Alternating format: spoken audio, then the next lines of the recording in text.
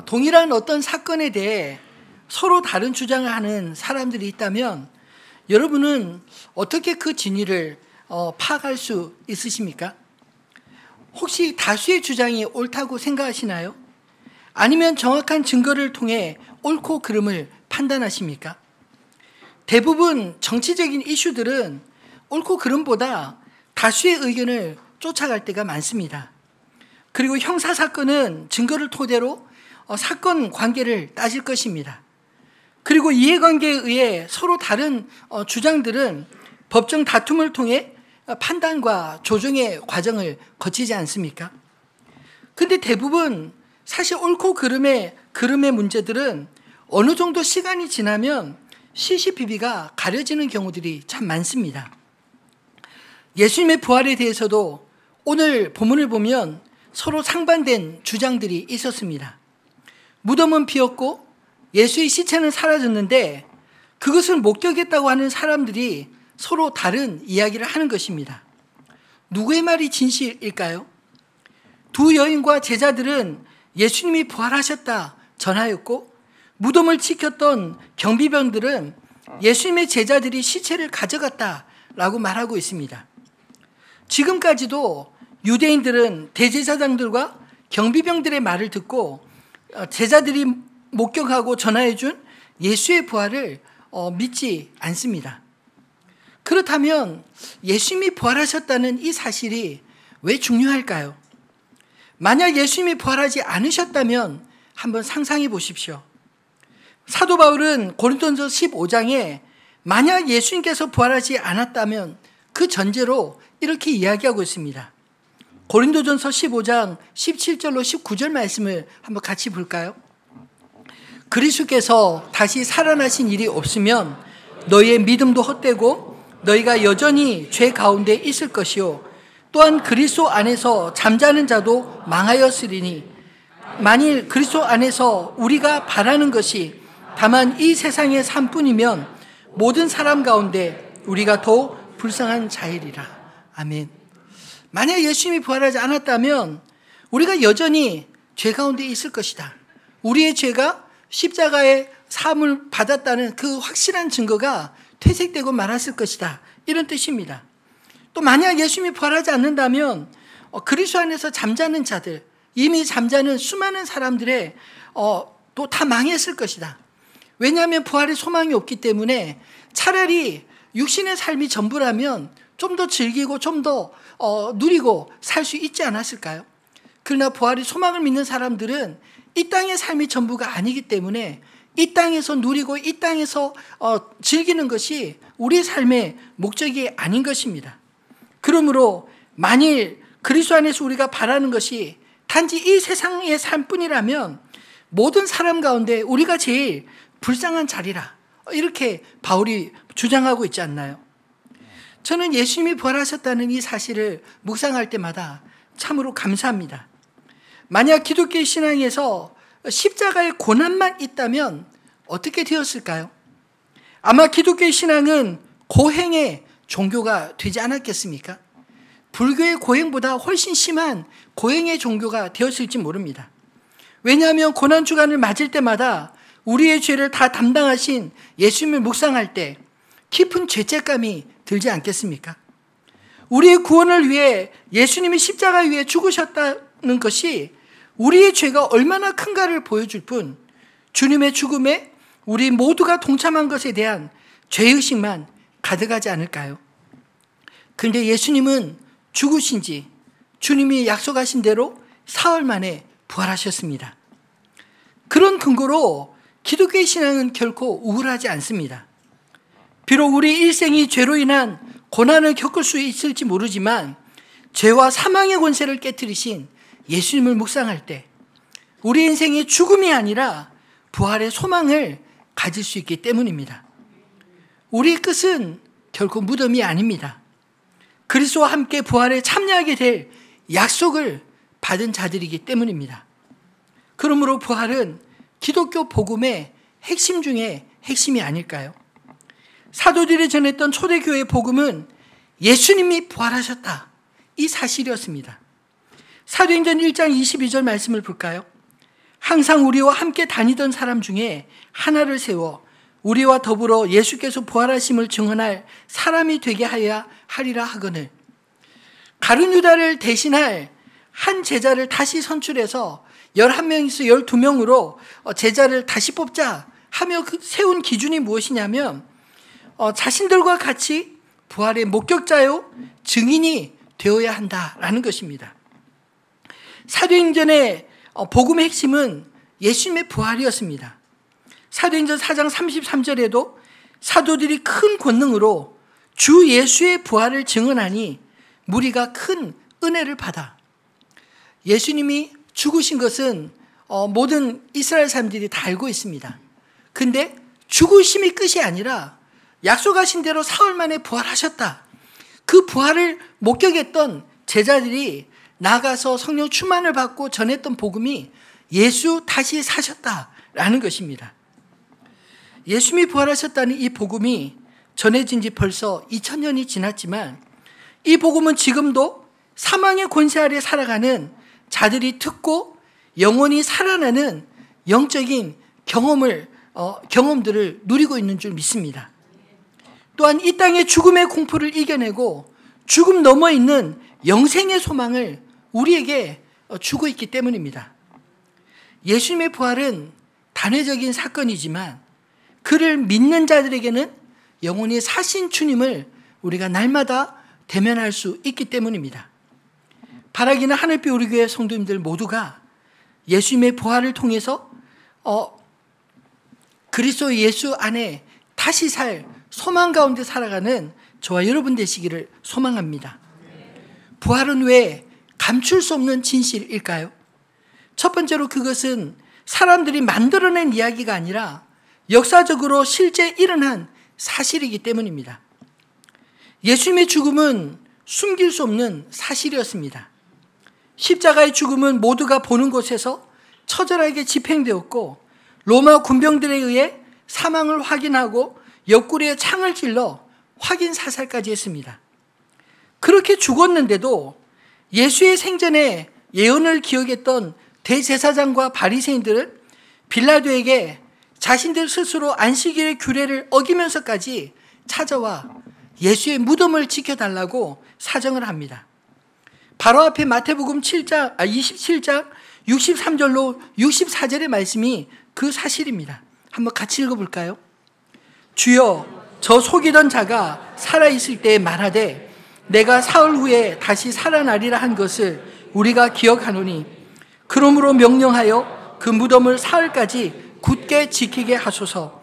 그의 제자들이 와서 시체를 도둑질하여 가고 백성들에게 말하되 그가 죽은 자 가운데 살아났다고 하면 후의 속임이 전보다 더 클까 하나이다 하니, 그들은 예수의 제자들이 예수의 시체를 가져다가 부활했다 할까봐 무덤을 지켜달라고 요청했지만 사실은 죄 없는 예수를 죽인 자신들의 과오가 들키지 않도록 지키고 싶었던 건 아닐까요?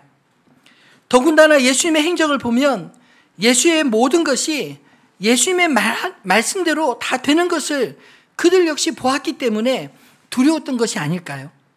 심지어 십자가의 죽음까지도 자신이 예언한 대로 죽었는데 정말 죽은 지 사흘 만에 다시 부활하기라도 하면 어떡하나 두려워했기에 안식일까지 저버리고 무리지어 빌라도에게 비굴하게 주여 이렇게 부르며 찾아간 게 아니겠습니까?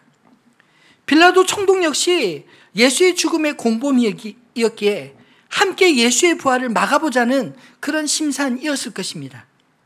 예수의 죽음도 부활도 빌라도를 의지하여 주여 부르며 달려가는 이 종교 지도자들의 모습 속에 분명 예수님의 부활에 대한 두려움이 보이지 않으시나요?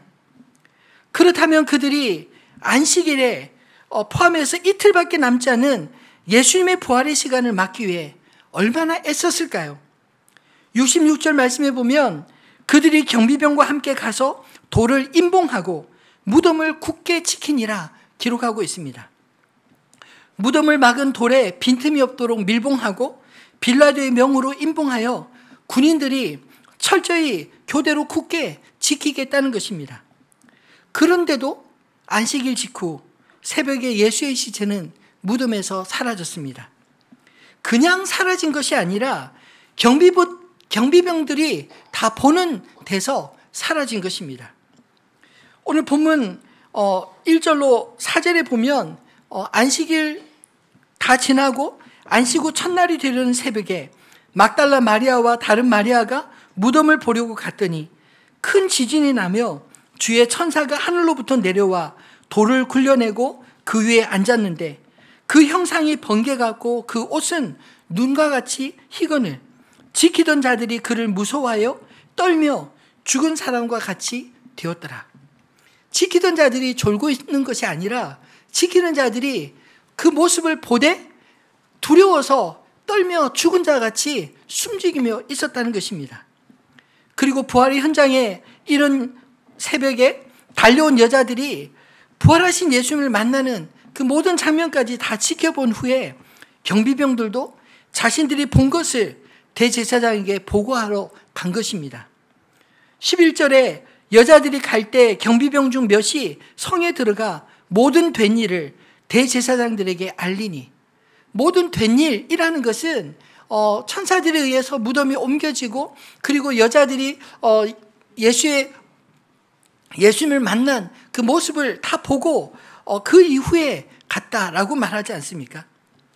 이 말씀은 경비병들 역시 예수의 부활을 옆에서 생생히 목격했다는 것 아닌가요? 그런데 어떻게 부활을 목격한 여인들과 다른 이야기를 하게 되었을까요?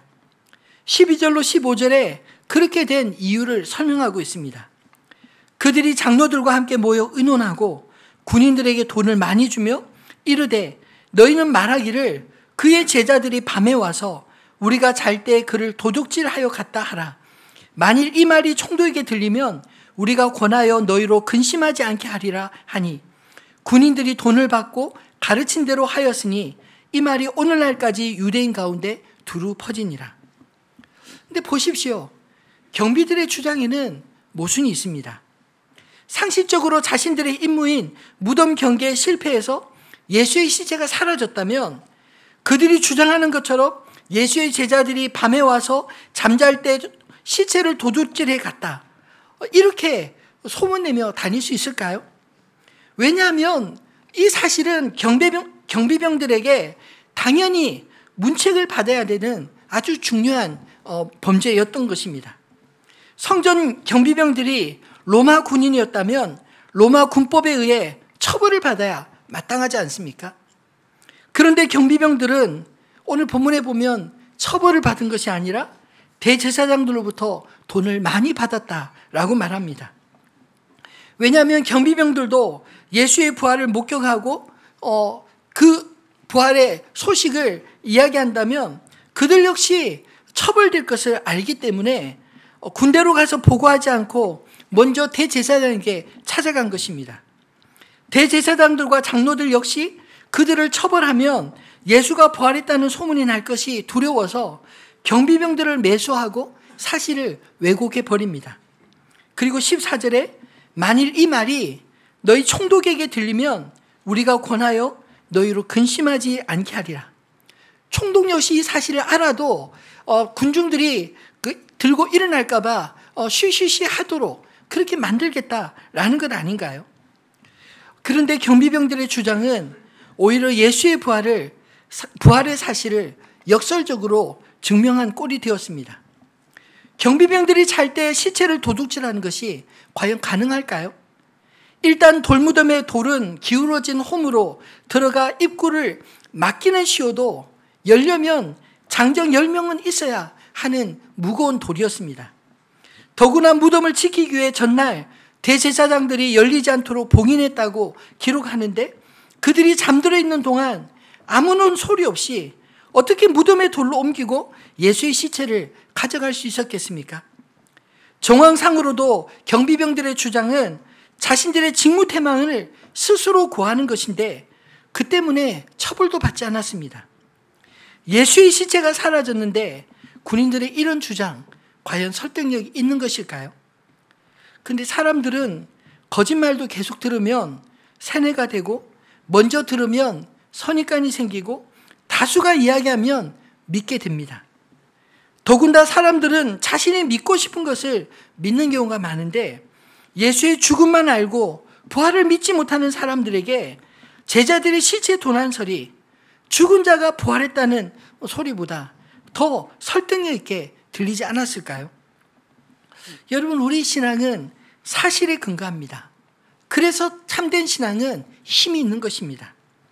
사람들은 신앙을 신화로 생각하는데 그것은 그들이 하나님을 알지도 못하고 믿지도 않기 때문입니다. 그러나 여러분, 성경만큼 역사적인 증거가 넘치는 책이 있나요? 성경은 인간의 역사 이전에 하나님이 창조하신 세상을 먼저 보여주고 있습니다. 인간이 하나님을 거역하여 어긋난 역사 가운데 하나님이 친히 찾아오셔서 구원해 가시는 구속의 역사가 이스라엘 중심으로 기록되어 있습니다. 예수님의 탄생과 예수님의 삶과 죽음 역시 하나님의 미리 선지자들에게 예언하신 그대로 성취되었습니다. 우리가 예수의 십자가의 죽음만큼이나 부활을 확신할 수 있는 것은 예수의 무덤에 예수가 없기 때문입니다. 부활을 목격한 증인들이 목숨 걸고 예수의 부활을 증거하다 순교를 당했기 때문입니다. 예수의 부활에 대한 사실을 논하는데 이보다 더 분명한 사실이 어디 있을까요? 진정한 믿음은 사실을 근거로 세워지는 것이지 거짓은 또 다른 거짓을 낳기 마련입니다. 대제사장들이 거짓 증인을 세워서 예수를 십자가에 못 박혀 죽이고 그것으로도 마음이 시원하지 않자 안식일을 범하고 그리고 무덤을 지켰지만 예수의 시체를 보존하지 못했고 예수의 부활의 소식을 알았지만 그것을 소문내지 않도록 또다시 경비병들에게 돈을 주고 그리고 그들의 입막음을 한 것 모든 것이 다 거짓을 계속 잉태하는 것을 보여주지 않나요? 바라기는 우리를 위해 십자가를 지신 주님, 약속대로 부활하신 주님을 향해 우리의 믿음이 거짓에 휘둘리지 않고 더욱 주님 앞에 견고해지기를 주님의 이름으로 축원합니다.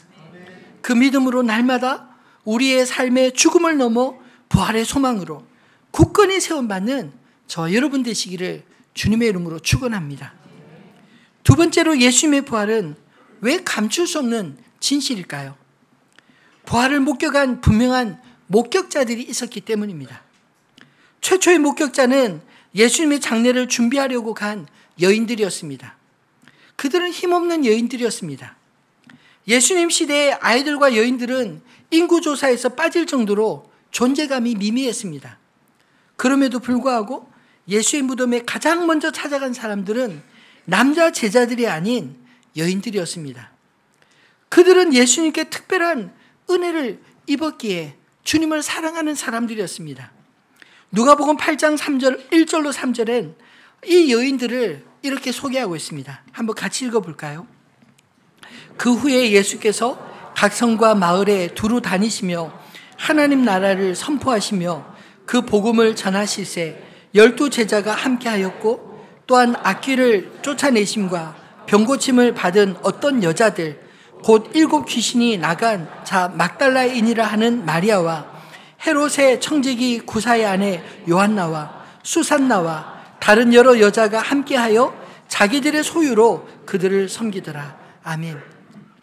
예수님을 따르는데 남자 제자들만 있었던 게 아니라 다른 여자들도 따라다녔는데 그들은 특별하게 예수님에게 고침을 받은 귀신으로부터 또는 중한 병으로부터 고침받아 살게 된 그런 사람들이었습니다. 다른 제자들은 예수님이 잡히실 때 뿔뿔이 다 흩어졌지만 그러나 예수님의 일행을 돕던 여인들, 예수님의 시신이 안치된 무덤까지 따라가 보았고 예수의 장례를 위해 향품을 준비해서 안식일이 끝나자마자 이른 새벽에 예수님의 무덤을 다시 찾아온 것입니다. 그런데 그들이 본 것은 예수님의 시체가 아니라 하늘부터 내려와 돌을 굴려낸 주의 천사들과 빈 무덤이었습니다. 천사들이 여인들에게 전한 메시지는 무엇이었습니까? 너희는 무서워하지 말라. 십자가에 못 박힌 예수를 너희가 찾는 줄을 내가 아노라. 그가 여기 계시지 않고 그가 말씀하시던 대로 살아나셨느니라. 와서 그가 누우셨던 곳을 보라.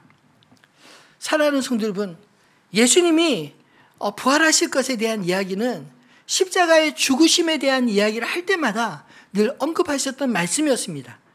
그러므로 이 죽음에 대한 강렬한 기억으로 부활에 대한 기억을 하지 못했던 여인들에게 이 천사가 언급해 준 말은 그가 말씀하시던 대로 살아나셨느니라.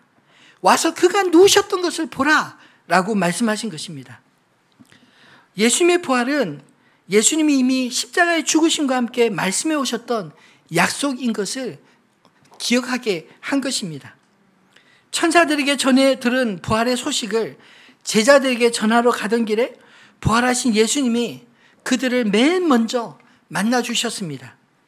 9절로 10절 말씀에도 보면 예수께서 그들을 만나 이르시되 평안하냐 하시거늘 여자들이 나아가 그의 발을 붙잡고 경배하니 이에 예수께서 이르시되 무서워하지 말라. 가서 내 형제들에게 갈릴리로 가라 하라. 거기서 나를 보리라 하시니라. 예수님이 부활하신 후 제일 먼저 만나준 사람이 예수님의 무덤까지 따라왔던 여인들이었습니다. 참 멋지지 않습니까? 무덤까지 따라갔던 여인들이 예수님의 부활의 첫 증인이 되었다는 이 사실은 예수님은 자신을 찾는 자들을 언제든지 만나주시는 분이시다. 이 사실을 우리에게 증거하고 있지 않을까요? 그런데 예수님의 부활의 최초의 목격자 중에는 여인들뿐 아니라 무덤을 지키던 군병들도 있었습니다. 그들 역시 예수님의 무덤에서 되어진 일들을 두려움으로 보고 있다가 대제사장들에게 보고한 자들이었습니다. 그리고 예수님의 부활과 자신들의 실책에 대한 두려움을 입막는 조건으로 그들은 돈을 받고 예수의 시체를 보초서던 자신들이 잠잘 때 예수의 제자들이 훔쳐갔다 거짓말하고 다녔습니다. 근데 앞에서 살펴본 것처럼 역설적이게도 그들의 거짓말이 오히려 예수의 부활의 사실임을 증명하는 꼴 되지 않았습니까? 부활을 막기 위해 제자들의 시신, 예수의 시신을 가져가지 못하도록 굳게 지킨 군인들이 제자 중 아무도 붙잡지 못하고 아무도 상하지 않고 시체만 사라졌다? 이것을 어떻게 설명할 수 있습니까? 거짓말은 계속 거짓말을 낳습니다. 대제사장들로부터 시작된 거짓말은 예수의 죽음으로 끝나지 않고 계속해서 거짓으로 거짓을 덮을 수밖에 없는 이런 지경에 빠지게 되었습니다. 그러나 그런 거짓말조차 감출 수 없었던 진실은 부활을 목격한 제자들을 통해 증명되었습니다. 그들은 예수님이 승천하시기 전 부활하신 예수님께 지상 명령을 받았고 성령이 그들에게 임함으로 그들은 순교조차 두려워하지 않는 용기로 부활하신 예수를 증거했기 때문입니다. 어떻게 죽음을 겁내던 그렇게 뿔뿔이 흩어졌던 제자들이 단 그 짧은 시간에 담대해질 수 있었습니까?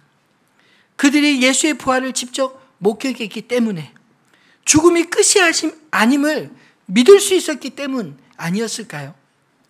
그들에게 성령이 임함으로 예수의 부활을 더 확실하게 전할 수 있게 된 것입니다. 성령님은 확신을 주시고 능력을 주심으로 그들의 증거가 참임을 그들과 함께 부활하신 주님을 증거하였기 때문입니다. 부활을 목격한 여인들을 통해 부활의 소식을 들었던 제자들은 처음에는 믿지 못했지만 그들이 숨어 지내던 다락방에 부활하신 주님이 직접 찾아오신 후에야 그들은 예수님의 부활을 믿게 되었습니다. 요한복음 20장 19절로 21절 말씀이 오늘 본문 속에는 빠졌지만 이 제자들이 예수님의 부활을 처음 목격한 그 이야기를 하고 있지 않나요? 한번 같이 읽어보겠습니다. 이날 곧 안식 후 첫날 저녁에 제자들이 유대인들을 두려워하여 모인 곳의 문을 닫았더니 예수께서 오사 가운데 서서 이르시되 너에게 평강이 있을지어다. 이 말씀을 하시고 손과 옆구리를 보이시니 제자들이 주를 보고 기뻐하더라. 예수께서 또 이르시되 너에게 평강이 있을지어다. 아버지께서 나를 보내신 것 같이 나도 너희를 보내노라. 아멘. 부활하신 예수님이 제자들에게 처음 건네신 말씀은 너희에게 평강이 있을지어다. 근데 예수님이 부활하시기 직전 제자들 모습이 어땠습니까? 두려워하여 모인 곳의 문을 다 닫았고 다락방에 숨어 지내고 있었습니다. 근데 예수님은 그 닫힌 문을 가운데 그들에게 다가오셔서 너에게 평강이 있을지어다 말씀하신 것입니다. 예수님이 죽음을 이기시고 부활하신 것은 우리에게 평강을 주기 위함인 줄 믿으시기 바랍니다. 동시에 죽음이 들이온 세상에 부활의 소망을 전하시기 위함이었습니다. 아버지께서 나를 보내신 것 같이 나도 너희를 보내노라. 이 말씀은 제자들은 세상으로 보내어진 부활의 증인이요 그리스도의 대사들이라는 것입니다. 마태복음은 다른 새 복음서와 달리 예수님의 부활의 소식을 비교적 적게 다루고 있는데 그것은 상대적으로 부활하신 주님이 제자들에게 주신 지상 사명, 그것을 더 강조하기 위함입니다. 마태복음은 과거에 매여 있지 않고 제자들이 바라봐야 할 미래를 제시한 말씀 아닐까요? 예수의 부활은 그 자체로 과거에 매여 있지 않습니다. 육신의 생명은 언젠가 죽을 것이요 삶의 흔적으로만 남을지 모르지만 부활하신 예수님은 지금도 살아계신 하나님이시기 때문입니다. 그러므로 우리가 부활의 신앙을 갖는 것은 오늘도 함께 하시는 하나님, 영원토록 함께 하시는 하나님을 경험하는 삶의 근거가 되는 것 아닐까요? 바라기는 우리의 삶에 예수님과 함께하는 수많은 믿음의 증거들이 저와 여러분의 삶 가운데 나타나게 되기를 소망합니다. 말씀을 맺겠습니다. 부활하신 예수님은, 예수님의 또 다른 이름은 임마누엘 예수님이십니다. 임마누엘은 예수님의 또 다른 이름입니다. 예수님의 탄생 소식을 요셉에게 전했던 천사 가브리엘은 태어날 아기가 특별한 존재인 것을 그의 이름으로 계시하였습니다. 마태복음 1장 23절 말씀에 보라, 처녀가 잉태하여 아들을 낳을 것이요 그의 이름은 임마누엘이라 하리라 하셨으니 이를 번역한즉 하나님이 우리와 함께 계시다 함이라. 이 임마누엘의 이름이 오늘 본문의 마지막 절 볼지어다 내가 세상 끝날까지 너희와 항상 함께 있으리라, 이 말씀과 온전히 연합되어 있지 않습니까? 하나님이 우리와 함께 하신다. 부활하신 주님은 육체에 한계가 없으신 영원하신 우리와 함께 하시는 하나님이신 줄 믿으시기 바랍니다. 그렇다면 부활하신 주님은 누구와 항상 함께 하실까요? 오늘 본문 마태복음 28장 18절로 19절 20절 말씀을 보면 가서 제자 삼아 가르쳐 지키게 하는 제자들에게 내가 세상 끝날까지 너희와 항상 함께 있으리라 약속하셨습니다.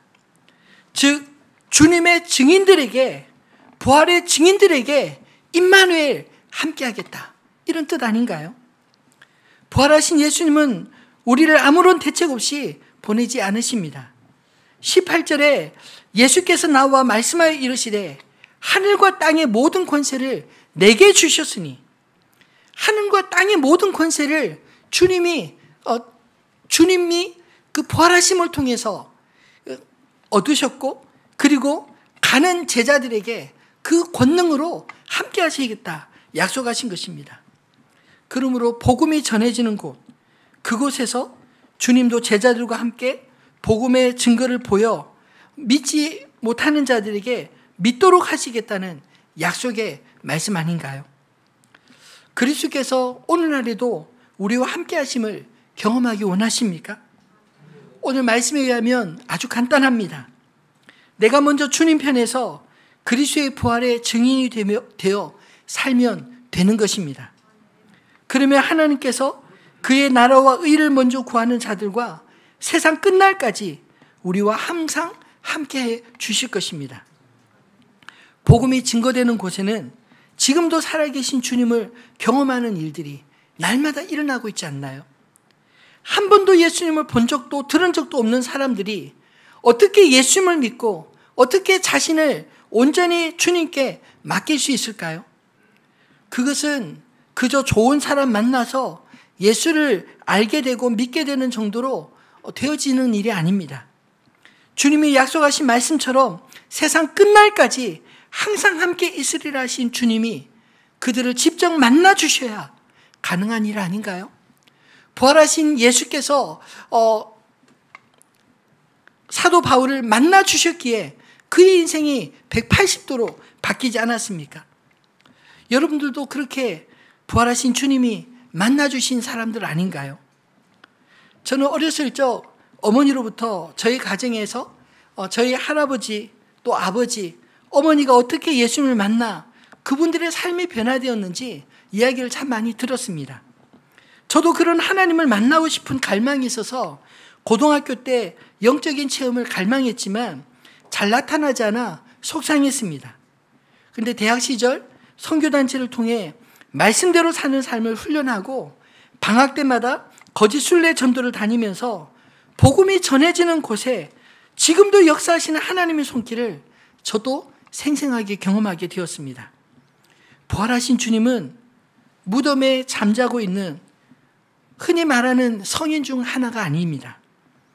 그분은 사망의 권세를 깨트리고 무덤이 아닌 하나님 보좌 우편에서 역사의 주인으로 이 땅에 그의 종들과 함께 하나님의 나라를 이루어가고 계시는 줄 믿으시기 바랍니다. 바라기는 부활의 이 아침, 예수 그리스도의 부활의 기쁜 소식을 우리 주변의 이웃들에게도 전함으로 우리 인생이 무덤으로 나아가는 인생이 아니라 하나님의 나라로 향하는 인생으로 변하는 그런 일들이 우리 주변에서 계속적으로 일어나기를 소망합니다. 그 속에서 부활하신 예수님이 지금도 우리와 함께 하심을 깊이 경험하는 저와 여러분 되시기를 우리 주님의 이름으로 축원합니다.